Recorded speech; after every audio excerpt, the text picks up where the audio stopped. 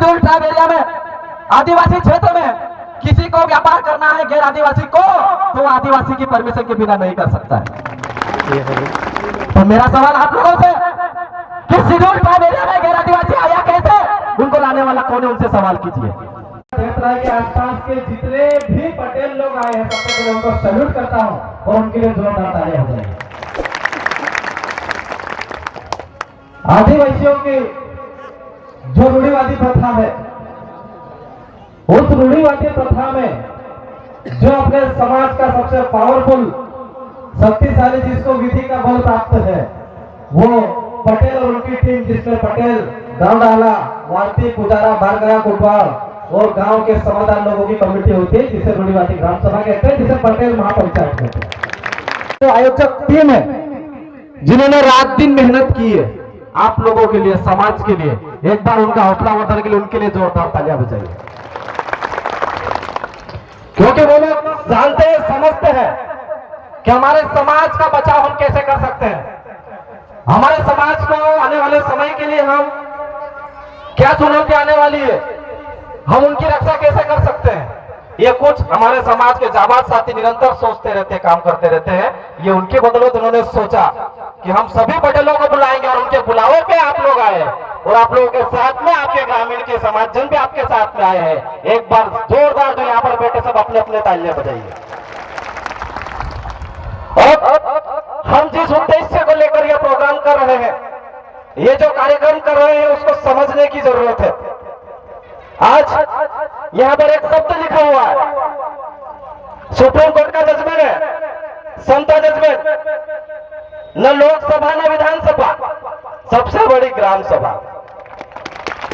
और वही ग्राम सभा जो हम सब लोग आज बैठे हुए हैं, और सभी ग्राम सभा मिलकर यहाँ पर बहुत सारे अलग अलग गांवों के पटेल और उनके साथी लोग आए हुए हैं। मतलब आज हम एक साथ जितने आसपास के गांवों के पटेल और आसपास के गांवों के लोग यहाँ पर मौजूद हुए हैं, हम सभी पटेलों की महापंचायत कर रहे हैं, जो कि बहुत बड़ी बात है।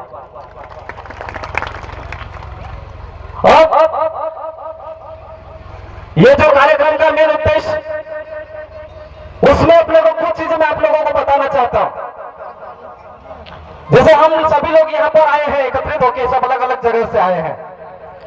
सबसे पहले हम सबको पता होना चाहिए कि ये पटेल महापंचायत जो कर रहे हैं, जो रूढ़िवादी प्रथा, जो भारत के संविधान में अनुच्छेद 13(3) में वर्णित है, जिसमें आदिवासी समाज आता है, जिसमें आदिवासी समाज की व्यवस्था आती है, जिसमें आदिवासी समाज की परंपराएं, रीति रिवाज आते हैं, उस आदिवासी समाज के पास में, मेरे गांव में, मेरे समाज में क्या होना, जिस प्रकार से देश को चलाने के लिए नियम कायदे बने हुए हैं, ठीक वही बल कानून बनाने के बाद इस रूढ़िवादी प्रथा को प्राप्त है, जो अनुच्छेद की 13(3) में वर्णित है। ये हम सबको पता होना चाहिए। उसके बाद अपन आगे देखते हैं कि अपनी जो सबसे बड़ी बात एक चीज ये होती आ रही है कि अपना आदिवासी समाज एक चीज में पिछड़ता जा रहा है, वो है उसके हक और अधिकार। उसकी चीजें क्या है उसको पता नहीं है। आज जैसे मैं बोल रहा था कि 75 साल के बाद में आज अपन आजाद है, ऐसा कहने लायक अपने पास कुछ नहीं है। आज अगर आप आपके गांव से, जो आपके गांव के सीमांकन के अंदर जो नदी नाले हैं, उस नदी नाले में से अगर एक ट्रैक्टर आधी ट्राली रेत में निकाल लेते हैं तो आपके ऊपर कार्यवाही हो जाए। कार्यवाही क्यों हुई भाई? जो कि भू राजस्व संहिता 1959 मध्य प्रदेश की, उसकी धारा 57 यह कहती है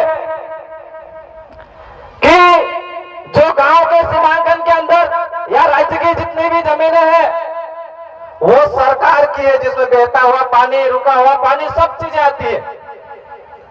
और उसी धारा 57 के परंतुक में लिखती है कि ये जो नियम 1959 का बना हुआ है, वो नियम इससे पहले जो विधि चल रही थी उसके ऊपर कोई प्रभाव नहीं डालेगी। ये मेरी बात नहीं बोल रहा हूं मैं। ये जो संवैधानिक चीजें हैं, जो अपने हक अधिकार में चीजें हैं, मैं उनकी बात कर रहा हूं और इन सब चीजों की बात अपने को करना है। और मैं इसलिए बोल रहा हूं क्योंकि 1959 का जो कानून बना और जो रूढ़िवादी प्रथा है जिसको अपन 13 दिन का बोल रहे हैं, वो पहले आई कि 1959 का नियम पहले आया। मुझे आप सभी से मेरा एक सवाल है, आप लोगों से, आप लोगों की जो पटेल व्यवस्था गांवों में चल रही है, कब से चल रही है? चली आ रही है ना सदियों से। जब से अपने पूर्वज यहां वास करते आए हैं, जब से इस देश में, भारत देश की अगर बात करें, मानव भारत देश का पहला मानव समुदाय आदिवासी है, इसलिए अपने को आदिवासी कहा जाता है। आदि अनादि काल से जब से ये दुनिया बनी है, इस दुनिया में जब मानव समुदाय की उत्पत्ति हुई, उसमें पहला आदमी आदिवासी, और तब से आदि अनादि काल से जब से यहाँ पर रहने लायक वातावरण बना, और तब से इस देश में रहता हुआ आया हुआ आदमी जिसको वासी कहा जाता है, इसलिए अपने को आदिवासी कहते हैं।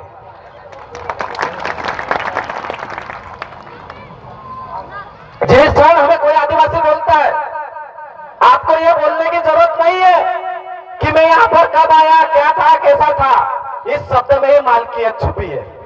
आदिवासी मतलब देश का मालिक। ये मैं नहीं बोलता हूं, सुप्रीम कोर्ट का जजमेंट बोलता है 5 जनवरी 2011 का।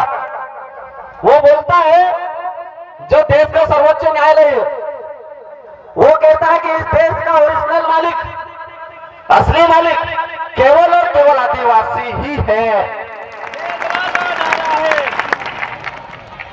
और बाकी जो 92, अब उसमें उन्होंने संख्या भी दी, जिस प्रकार से हर एक 10 साल के बाद में जनगणना करते हैं, और जनगणना करने के बाद में ये संख्या बताते हैं कि इनकी संख्या इतनी है, इतनी संख्या इतनी है।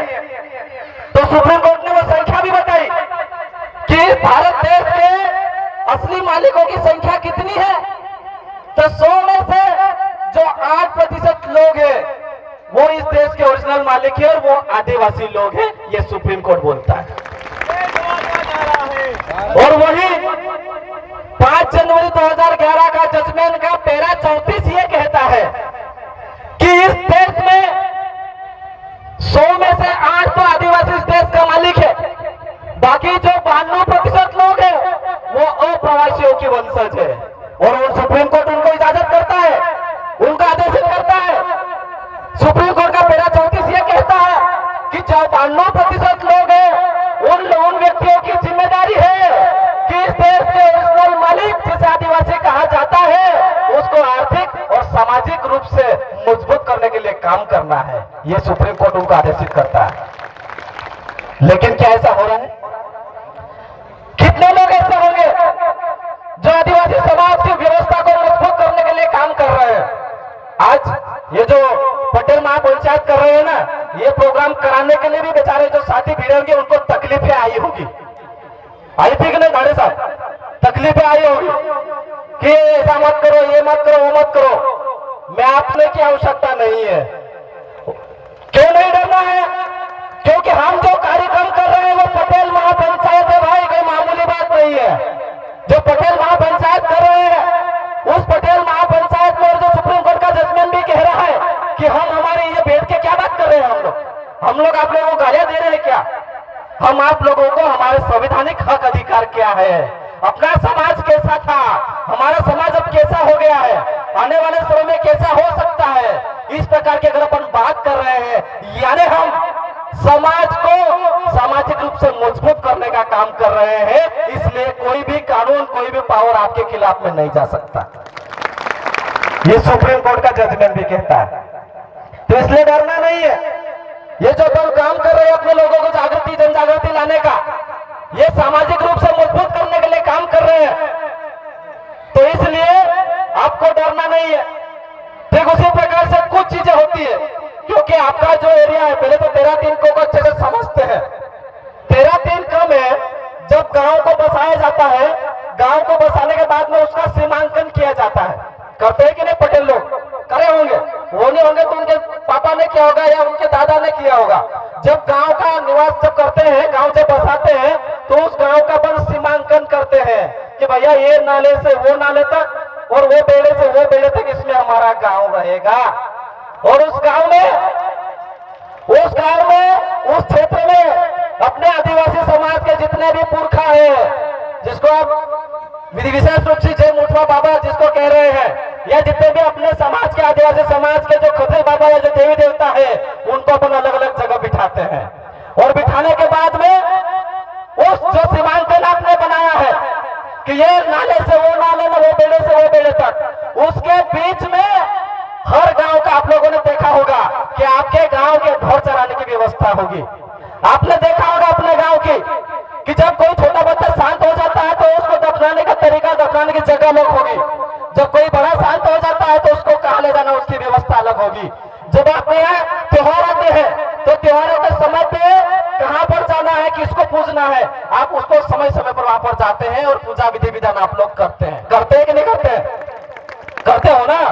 और उसी गांव के सीमांकन के अंदर जितनी भी चीजें आ रही हो, चाहे वो खाली जमीन हो, चाहे बहता हुआ पानी हो, नदी हो, नाला हो, उन सभी पे उस समस्त गांव के पटेल और समस्त गांव के वासियों का अधिकार होता है। ये मैं नहीं बोल रहा हूं, ये 13 का बोल रही है। और उसी के अनुसार जो अपनी जो व्यवस्था बनी है, उस व्यवस्था में जब गांव में छोटे मोटे झगड़े हो जाते हैं तो हमारी जो पटेल सभा वो बुलाते हो कि नहीं? करते हैं ना, आज भी बुलाते हैं। वो छोटे मोटे जो झगड़े होते हैं दोनों पक्षों को बिठा के और बिठाने के बाद में उनको आपस में बातचीत करके सुलझाया जाता है।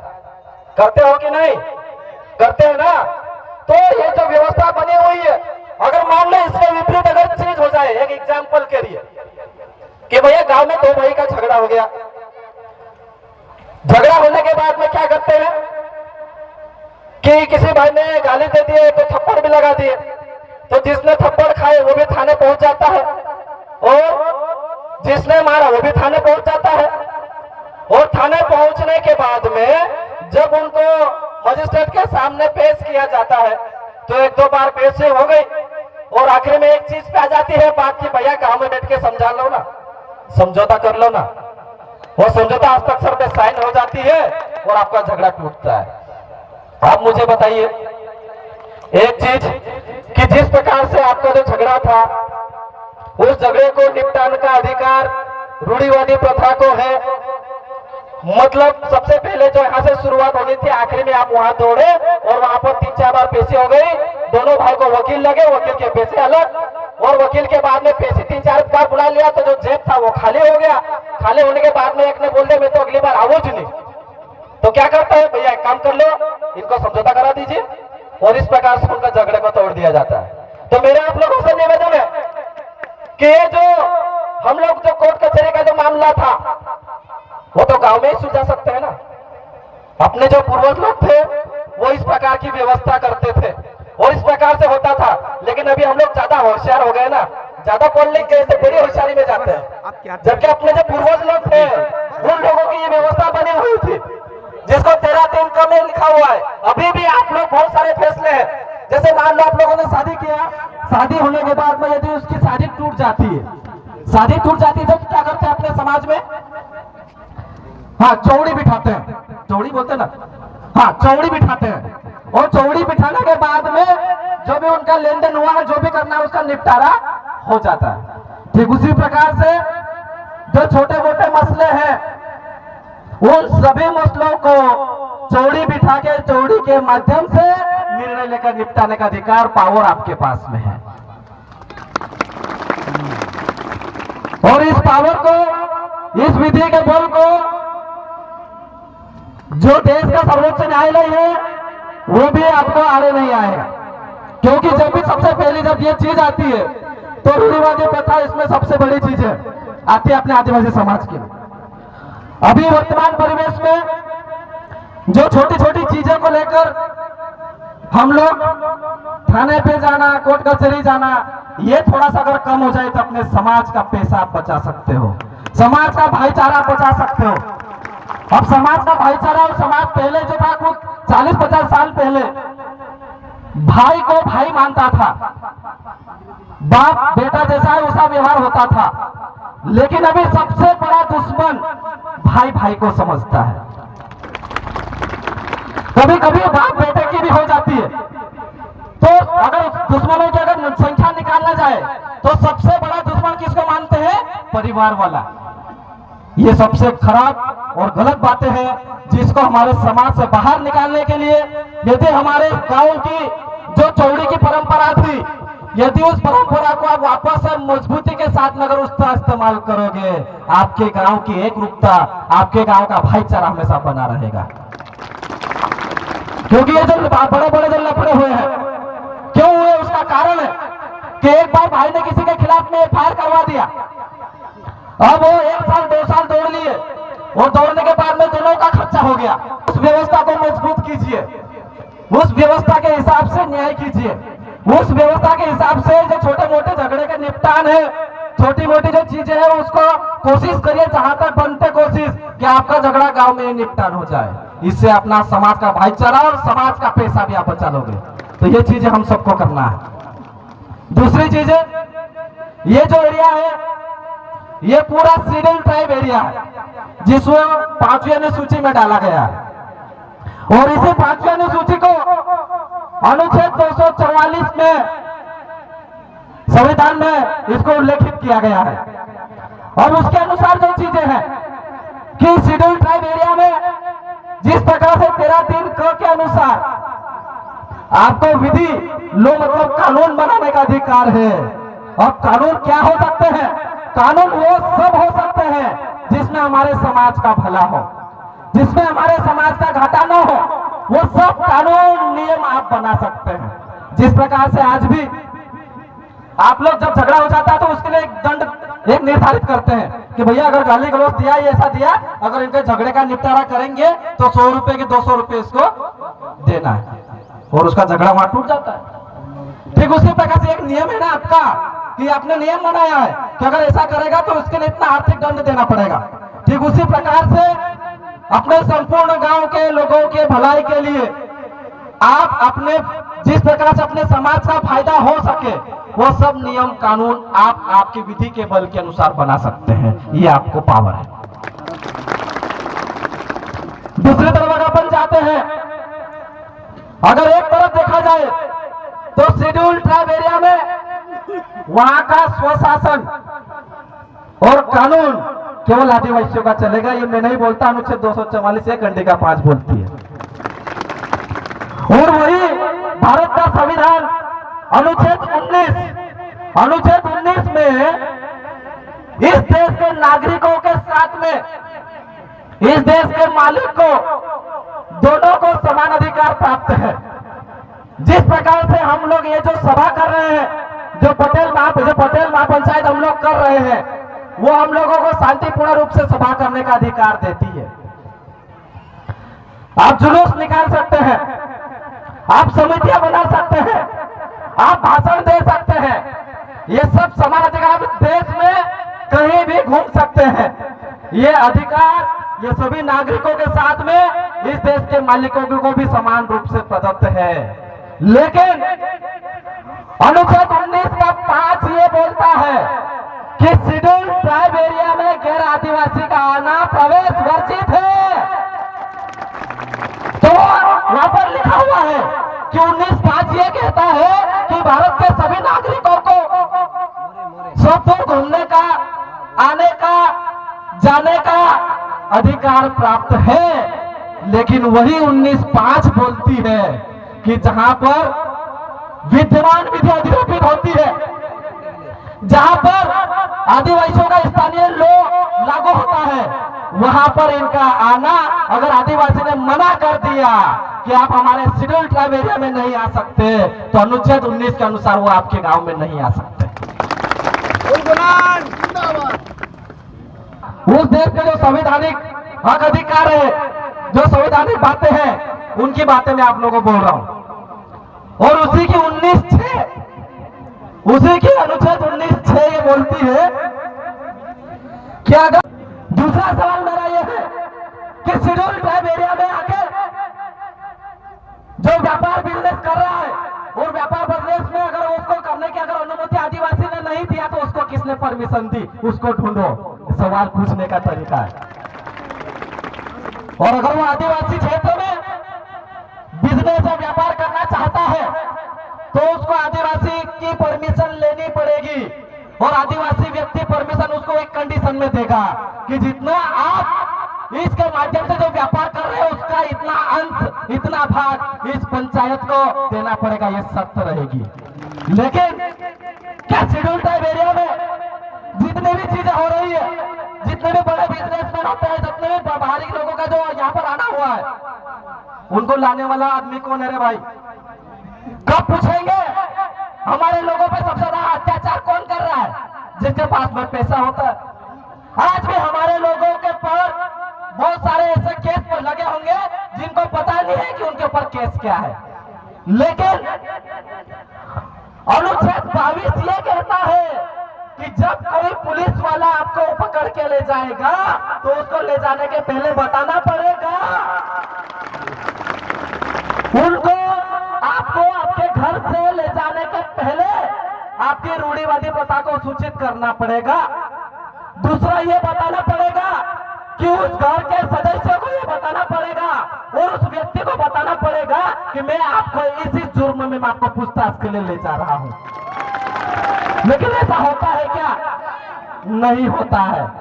और मेरा आप सभी से निवेदन है कि अगर इस प्रकार की घटनाएं हो रही है तो हमारी जिम्मेदारी है कि हमारे संवैधानिक हक अधिकार क्या है वो हमको पता होना चाहिए। और जिस दिन आपको आपके हक और अधिकार पता हो जाएंगे तो ये जो सिस्टम है, सिस्टम भी उसकी भाषा समझता है। एक एग्जांपल देता मैं बहुत अच्छे से हमेशा। अगर मुझे किसी से बात करनी है, जैसा देखो जो समाज के लोग बैठे हुए हैं वो कोरकू समाज के होंगे, लेकिन मुझे कोरकू भाषा तो आती नहीं है, तो मैं क्या किस भाषा का इस्तेमाल कर रहा हूँ? हिंदी का इस्तेमाल कर रहा हूँ, क्योंकि हिंदी ज्यादातर हम लोग इस्तेमाल कर रहे हैं। और मैं हूँ बाड़ेला, यदि मैं मेरी भाषा बोलूंगा तो भी आपको समझ में नहीं आएगी। तो हम लोग क्या कर रहे हैं, ये एक जरिया बनाए हैं बीच का, ताकि आपको भी बात समझ में आ जाए और मैं भी अपनी बात समझा सकूं। तो हमारे सबसे बड़ी समाज की सबसे बड़ी समस्या, हमारा समाज आज तक यह नहीं जानता कि हमारे हक अधिकार क्या है।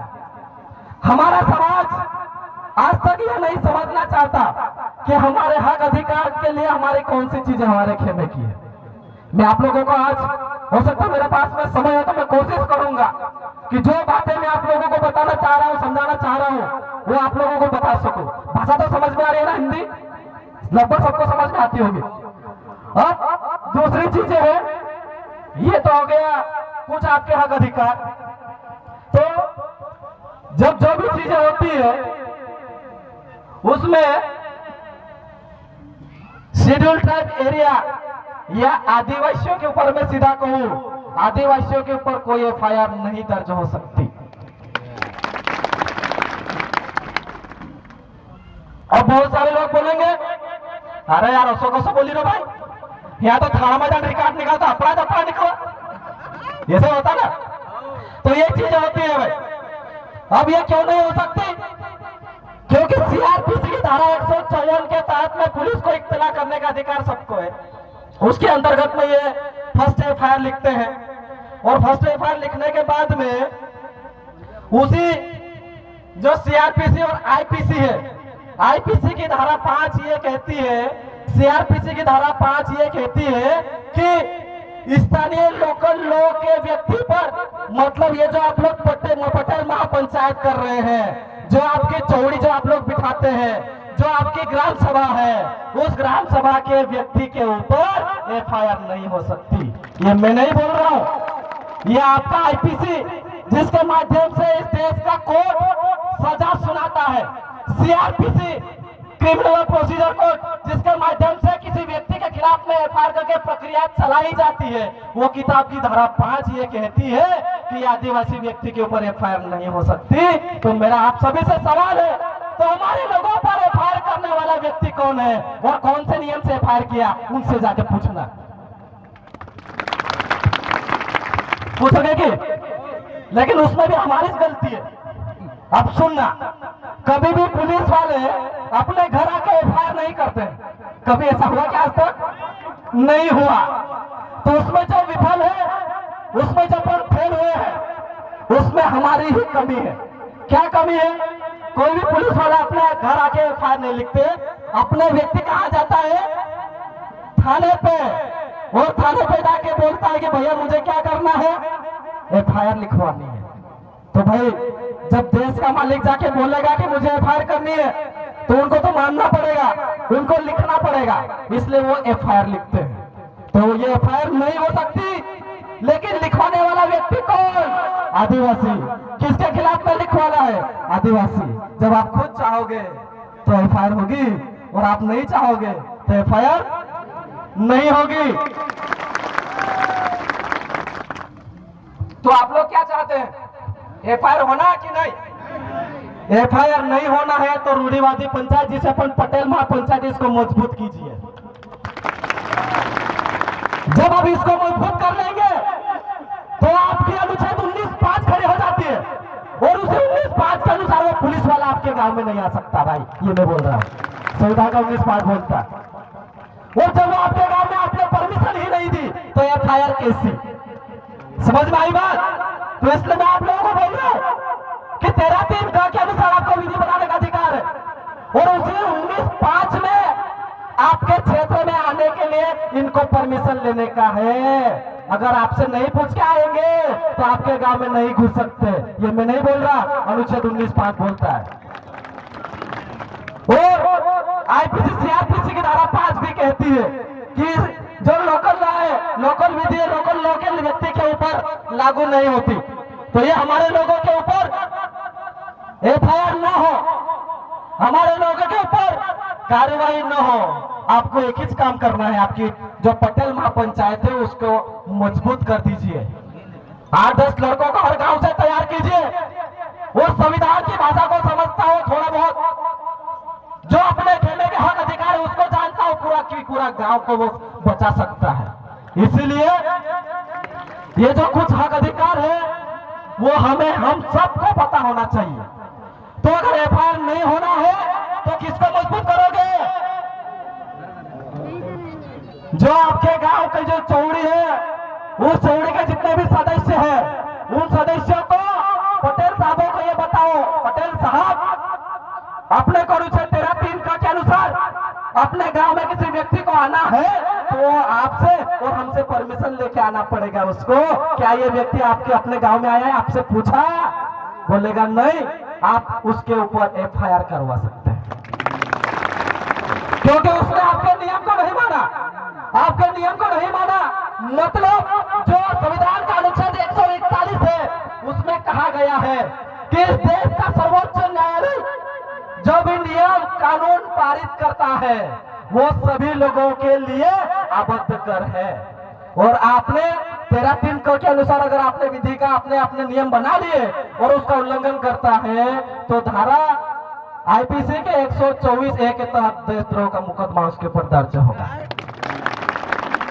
और उसके लिए विभिन्न धाराएं हैं। कभी 10 साल की भी हो सकती है, आजीवन कारावास भी हो सकता है। तो ये कुछ चीजें हैं जो हमें पता होना चाहिए, और हमको ये चीजें पता नहीं है, इसीलिए हमारे लोगों के ऊपर फर्जी एफआईआर बहुत सारी हो जाती है। बेचारे को पता नहीं होता कि किस जुर्म में मेरे ऊपर एफआईआर हुई है। बहुत सारे भाई बैठे होंगे, तो ये सब चीजें हमको पता होना चाहिए। तो ये छोटी छोटी चीजें हैं, लेकिन अपना समाज इनकी बात नहीं करता। ये छोटी छोटी बातें हैं, लेकिन अपना व्यक्ति इसको समझना नहीं चाहता। यदि हर गांव से अगर इसको सब कुछ समझ गए तो अपने गांव, अपने लोगों के ऊपर जो फिजूल का अत्याचार, अन्याय वगैरह होता है, किसी व्यक्ति के द्वारा जबरदस्ती फंसाया जाना, तो ये चीजें नहीं हो सकती है। इससे हम अपने समाज को बचा सकते हैं भाई। तो इसके लिए हम सबको काम करना चाहिए, काम करना चाहिए कि नहीं? अब आते हैं हमारी जीविका के ऊपर। ये तो हो गया हमारे हक अधिकार। हमारे हक अधिकार क्या है? उनसे हक अधिकार में अधिकतर लोग क्या करते हैं? नवाड़ निकालते हैं। नवाड़ काटते हैं कि नहीं? होगी सबकी नवाड़ समझते हैं? नवाड़ समझते हैं क्या? जो आप लोग नई खेती करते ना, हाँ कभी कभी जो भी करते हो, तो एक और जिसको भूरा जैसो संहिता पर बोल रहे हैं, क्योंकि आदिवासियों के जीने का मेन आधार जमीन है। अगर आदिवासियों के पास में जब तक जमीन है, जब तक आदिवासी आबाद और जिंदाबाद रहेगा। और आदिवासियों की असली पहचान ही जमीन से जुड़ी हुई है। जमीन है तो मालिक ना, अगर जमीन ही नहीं है तो मालिक किसका? अगर इस देश का पहला व्यक्ति आदिवासी है तो देश की जमीन भी किसकी होगी? आदिवासियों की ना। और भू राजस्व संहिता, जिसको लैंड रेवेन्यू रूल्स बोल रहे हैं, 1959, उसकी धारा 165 और 165 की उपधारा 4 में यह कहा गया है कि आदिवासी की जमीन केवल आदिवासी कुटुंब का व्यक्ति ही कर सकता है। और एक और कायदा है कि आदिवासियों की जमीन सरकार तो क्या गैर आदिवासी भी नहीं ले सकता। और उसी की 165 की उपधारा 6 ये कहती है कि जमीन का मालिक, वो जमीन जिसके नाम पे होगी वो आदि जाति, जिसको एबोरिजिनल ट्राइब कहते हैं, यानी आदिवासी के नाम पे ही हो सकती है, बाकी किसी के नाम पे नहीं हो सकती। तो मेरा आप सभी से सवाल, अपने शेड्यूल्ड ट्राइब एरिया में जो आदिवासियों की जमीनें हैं वो गैर आदिवासियों के नाम पे कैसे हुई, ये आपको पूछना चाहिए। पूछोगे कि नहीं? और हुई तो हुई, कौन से नियम के तहत में हुई, कौन से कायदे के तहत में हुई? जब हमारा व्यक्ति ये बात करने लग जाएगा, उस दिन हमारे जमीन कोई किसी के नाम पे फर्जी तरीके से नहीं करवा पाएगा, और ये बात हम सबको करना पड़ेगा। आज बहुत सारे भाई ऐसे होंगे जिनके दादा ये तो जमीन करते थे, लेकिन आज वो जमीन किसी के नाम पे है, उसको पता ही नहीं कि हमारी जमीन थी, लेकिन जिसके पास में पैसा था, पैसा जिसके पास में ज्यादा होता है, उसके नाम पे जमीन हो गई है। लेकिन आज बेचारा, उसको पता नहीं है कि जाना कहाँ है, लड़ना कहाँ है, सवाल किससे पूछना है, क्या आवेदन करना है, क्या निवेदन करना है। तो अभी हमारे जो समाज की युवा पीढ़ी है वो इस चीज को समझ चुकी है, जान चुकी है, इसलिए ये सैलाब यहाँ पर बैठा हुआ है। ये आप लोगों की जन चेतना और जन जागृति के लिए बाद में यहाँ पर बैठा हुआ है। फिर जो बच्चे काम कर रहे हैं और ये जो अपने क्षेत्र में गलत तरीके से काम हो रहे हैं और हमारे लोगों को गलत तरीके से, अभी एक घटना भी अभी हुई महू में, शायद आप लोगों ने सुना होगा। ऐसी घटनाएं आए दिन हमारे आदिवासी समाज के ऊपर होते रहती है, लेकिन फिर भी हमारे समाज का कोई व्यक्ति जो मेन हमारे समाज को बचाने का मेन आधार स्तंभ है, जल जंगल जमीन को हमारे आदिवासी को कैसे बचाना है, इसकी बात करते नजर नहीं आता। तो इसकी शुरुआत हमको ही करनी पड़ेगी, उसकी शुरुआत हम ही करेंगे, हम सब मिलकर करेंगे।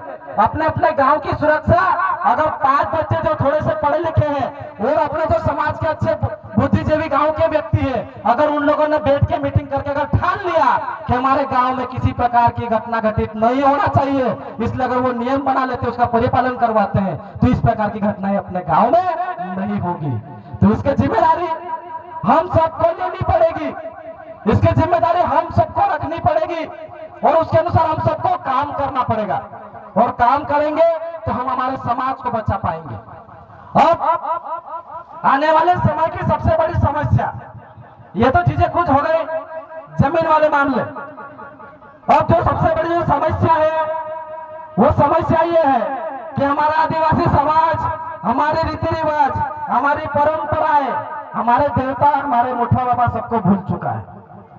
तो मेरा आप सभी से निवेदन है कि हम सब आदिवासी लोग हैं और आपको आदिवासी इसलिए कहा गया है क्योंकि आपकी सामाजिक व्यवस्था, आपके रीति रिवाज, आपका विधि विधान, आपकी पूजा पद्धति बाकी लोगों से अलग है, इसलिए आप आदिवासी हो। लेकिन अभी क्या हो रहा है, जो अपनी चीजें थी उसको अपन धीरे धीरे त्याग कर रहे हैं, धीरे धीरे छोड़ते आ रहे हैं और अभी पता नहीं कहां कहां भटक चुके हैं। मेरा आप सभी से निवेदन है, आदिवासी हो तो आदिवासियों की मुख्य पहचान क्या है, ये हम सबको पता होना चाहिए। सबसे पहले हम सबको हमारी भाषा का ज्ञान, भाषा की जानकारी होनी चाहिए। दूसरी चीज कि हमारे गांव की जो विधि विधान है, पूजा पद्धति है, वो पद्धति हमको पता होना चाहिए। तीसरी चीज कि हमारे गांव का जो सीमांकन हुआ है, वो सीमांकन में कहां का एरिया कहां से कहां तक हमारे क्षेत्र के अंतर्गत आता है, कौन सा चराने का है, जहां पर सभी लोग, गांव के लोग दौड़ चराने वाला एरिया है, कहां पर रहने का एरिया है, ये हम सबको पता होना चाहिए। और ये सब चीजें पता होगी और आप निरंतर रूप से अपने विधि विधान के साथ